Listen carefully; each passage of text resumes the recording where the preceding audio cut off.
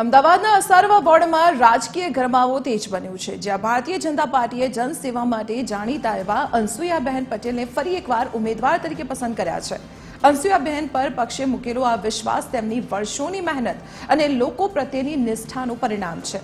અનસુયાબેને અસારવા વોર્ડમાં માત્ર રાજકારણ જ નહીં પરંતુ સામાજિક સશક્તિકરણનું પણ ઉમદા કામ કર્યું છે। ખાસ કરીને નિરાધાર અને ઓછી ભણેલી મહિલાઓને રોજગાર પૂરો પાડીને તેમણે અનેક પરિવારોના ચૂલા સળગતા રાખ્યા હતા।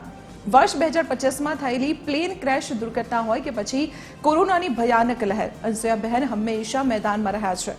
કોરોના કાળ દરમિયાન તેમણે 12 લાખથી વધુ માસ્ક બનાવીને લોકોમાં વિતરિત કર્યા હતા, જે તેમની માનવતાવાદી વિચારધારા દર્શાવે છે। તેમનું કહેવું છે કે પક્ષે હંમેશા તેમને જનસેવા કરવાની તક આપી છે અને આગામી સમયમાં પણ તેઓ એ જ સમર્પણ સાથે અસારવાની જનતા માટે કામ કરતા રહેશે। અસારવા વોર્ડમાં તેમની આ મજબૂત પકડ અને લોકો સાથેનું ભાવનાત્મક જોડાણ તેમની આ ચૂંટણીમાં પણ પ્રબળ દાવેદાર તરીકે સ્થાપિત કરે છે। અમારા સંવાદદાતા મોનિકા રાજપૂતે અનસુયાબેન પટેલ સાથે ખાસ વાતચીત કરી હતી, જેમાં તેમણે જીતનો વિશ્વાસ વ્યક્ત કર્યો હતો।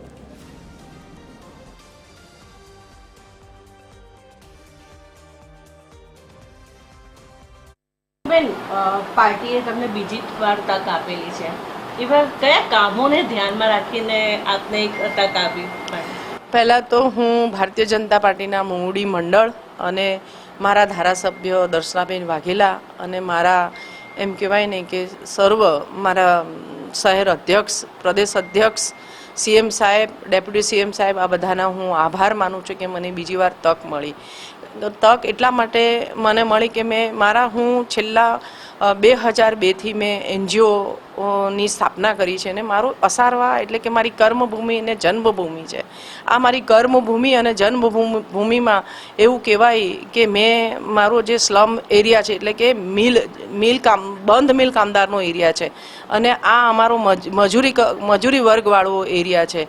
એટલે હું પોતે એમ કહેવાય ને કે હું ડબલ MA લો BEd કરી અને પછી મેં એક નક્કી કર્યું કે મારે એક એનજીઓની સ્થાપના કરવી છે અને મારે નિરાધાર બહેનો સાથે રહીને મારે કંઈક મદદ કરવી છે, એમનું ઘરનું નિર્વાણ ચાલે, એમના બાળકોના અભ્યાસમાં હું મદદ કરી શકું, એમના આરોગ્યમાં મદદ કરી શકું। એટલે અમે સંસ્થા દ્વારા અમે ગુજરાત સરકાર અને ભારત સરકારની જેટલી સ્કીમો છે એ અમે ટેક્સટાઇલની સાથે બહેનોની સાથે અમે નીચે ઉતારીએ છીએ। ઉપરાંત અમારું જે મારું સેન્ટર છે, આ સરકારનું મને એક વિવિધલક્ષી મહિલા સેન્ટર મળેલું છે, એમાં અમે આ સેન્ટરની અંદર વિધવા બહેનો અને જે અમારી વિસ્તારની ટૂંકી આવકવાળી બહેનો અને જે આઉટ એરિયામાંથી પણ આવેલા છે એ બધાને અમે અમારું જે હેન્ડીક્રાફ્ટનું કામ છે, એમ કહેવાય ને કે નેચરલ ડાય પર અમે કામ કરીએ છીએ અને ગુજરાતની ધરોહર જે વર્ક છે એને અપગ્રેડ પણ કરીએ છીએ। આ જે સ્ટિચિંગ કામ થાય એમાં બહેનોનું ઘર ચાલે, એમનું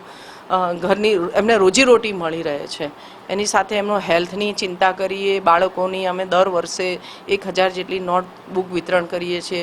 એટલે એમ કહેવાય ને કે અમે બધી રીતના વિસ્તારની અંદર અમે મદદ કરી રહ્યા છીએ। બીજું, કોરોના વખતે પણ તમે મહિલાઓની અસારવામાં બહુ જ તમે સેવાનું કામ કર્યું છે। મેં નથી કર્યું, ઈશ્વરે મને કરાવરાયું છે ને પાર્ટીના એક કહેવાય ને કે પાર્ટીએ અમને શીખવાડ્યું છે। અમે એમ જમીન લેવલના કાર્યકર્તાઓ છીએ। અમને મોદી સાહેબે શીખવ્યું છે કે કોઈ પણ અવસરને એમ કહેવાય ને કે ખરાબ દિવસ હોય એને પણ અમે અવસરમાં ફેરવી દઈએ છીએ। તો કોરોના કાળની અંદર અમે 12.5 લાખ માસ્ક બનાવ્યા હતા અને અમારી વિધવા બહેનો અને ટૂંકી આવકવાળા બહેનોને રોજ મહિનાનું 5,500 જેટલું કામ થાય એટલું અમે કર્યું ને બીજું અમારા ભારતીય જનતા પાર્ટીની અને RSS દ્વારા બહેનોને 2 ટાઈમનું અનાજ કરિયાણું તો અમે કરી જ દીધું હતું। એટલે કે એમનો પણ એ વખતે ખૂબ આભાર માન્યો હતો અમે અને મને 1200 બેડની ઇન્ચાર્જ પણ ભારતીય જનતા પાર્ટી પક્ષ તરફથી બનાવી હતી, તો સારી રીતના એ પણ મેં નિભાવી હતી। કેટલી લીડથી આ વખતે જીતશો? શું વિશ્વાસ લાગી રહ્યો છે? મને વિશ્વાસ છે મારી અસારવાની જનતા ઉપર કે હું નહીં પણ મારા પક્ષ દ્વારા જે પણ મને કામ સોંપ્યું છે એ નિષ્ઠાપૂર્વક મેં કામ કર્યું છે અને મારી અસારવાની જનતા ઉપર ભરોસો છે કે આ અસારવાની દીકરીને ખોબલે ખોબલે મત આપશે. મારા એટલે કે ચારે મારી પેનલ બહુમતીથી જીતીએ અને ગઈ વખતે મારી 12,800ની લીડ હતી. એટલે મને આશા છે અમારા ધારાસભ્યશ્રી અને બધા મોવડી મંડળ ઉપર કે આ વખતે પણ અમારી લીડ વધશે અને ચારેય ઉમેદવારો અમે સારી લીડથી બહુમતીથી જીતવાના છીએ. એ પ્લેન ક્રેશમાં પણ તમે ખૂબ જ દિવસ રાત તમે રહ્યા હતા. એટલે એ તો મારું એમ કહેવાય ને કે બહુ દુઃખદ ઘટના હતી. અમારી પાસે કોઈ શબ્દ નહોતા અને આમ કહેવાય ને કે જોઈ શકાય એવી પરિસ્થિતિ નહોતી. પણ મને ડેપ્યુટી ચેરમેન હોસ્પિટલ તરીકે મારી જવાબદારી હતી અને મારા મોવડી મંડળે મને જવાબદારી આપી હતી. તો મેં નિષ્ઠાપૂર્વક મેં એ જવાબદારી પણ નિભાવી હતી. એમ કહેવાય કસોટી ભવનના ઇન્ચાર્જ, મને PM રૂમના ઇન્ચાર્જ, આવી રીતના મેં રાત દિવસ વગર મદદ કરી હતી પ્લેન ક્રેશમાં પણ. અને સાથે એમ કહેવાય કે અમારી સંસ્થા બહેનોની રોજગારી માટે એટલે એમ કે એમના નાની આવક એટલે કે અમારે અહીંયા દેવી પૂજક વર્ગ વધારે રહે છે તો એમને અમે સ્ટ્રીટ વેન્ડર એમ કહેવાય ને કે તો 10,000, 20,000 ને 30,000ની લોનો પણ અપાઈએ છીએ. એ પ્રમાણે સ્વાવલંબનની યોજના મહિલા આર્થિક નિગમ, ગુજરાત મહિલા આર્થિક નિગમ દ્વારા 1 લાખથી લઈને 5 લાખ યોજનાઓ પણ અમે અપાઈએ છીએ. એટલે બહેનો પગભર થઈને પોતાનો ધંધો કરી અને પોતે સ્વરોજગારી મેળવી શકે.